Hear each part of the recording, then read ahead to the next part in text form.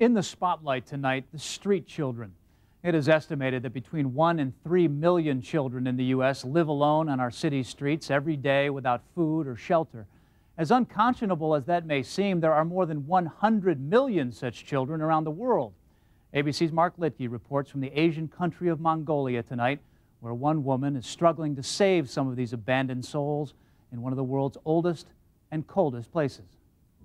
In the frigid capital city of Ulaanbaatar, this is how thousands of Mongolian children begin their day. Scavenging through garbage for something to eat, something to sell. 8-year-old Shatter says he looks for reusable plastic bags, doing it for as long as he can remember. They are orphans, runaways, or kids from families so impoverished they simply have no choice. You run into them all over, hustling to survive in one of the poorest and coldest countries in the world.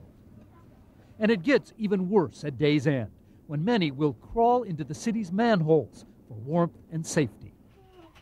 For the past 2 years, this has been home for 2 teenage girls and an 11-year-old boy. And these pipes are hot. The sewer pipes that provide the city with its steam heat are a lifeline for the street kids. But an outrage to one remarkable and unlikely guardian angel here. There's a lot of these kids will not make it. They will die. They'll die from infection. They'll die from pneumonia. Christina Noble, a feisty Irish battler for children's rights who spent years helping homeless children in Vietnam, has now become a fixture in Mongolia, caring for needy children, challenging the Mongolian government to do better. By night, she lures them into her mobile medical van. For most, it's the only health care they've ever received. By day, the Christina Noble Foundation runs a home for children, modeled after a traditional Mongolian village. Here, kids from the streets, or those who would have ended up on the streets, are provided with food and shelter, education and respect.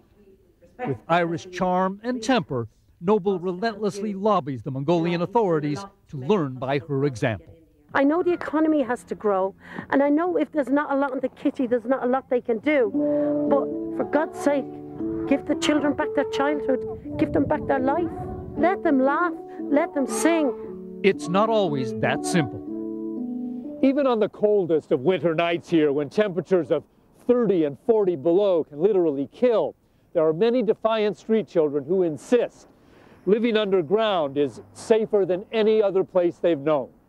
After years of neglect or abuse, these tough kids don't trust too many people, and Christina Noble understands that. I love you. I'm sorry you're going down there. She treats them with dignity, even when they choose to go back to their manholes. But every time, it breaks her heart. It's just not right, you know. Yes, they are tough, but they do dream of having homes and families. For some, it's a dream reflected in the words of a favorite song. Our hearts are full of sadness and sorrow, they sing. Where are the parents to care for us? Mark Litke, ABC News, Ulaanbaatar, Mongolia. Sadness and sorrow, it's hard to believe that still happens. And just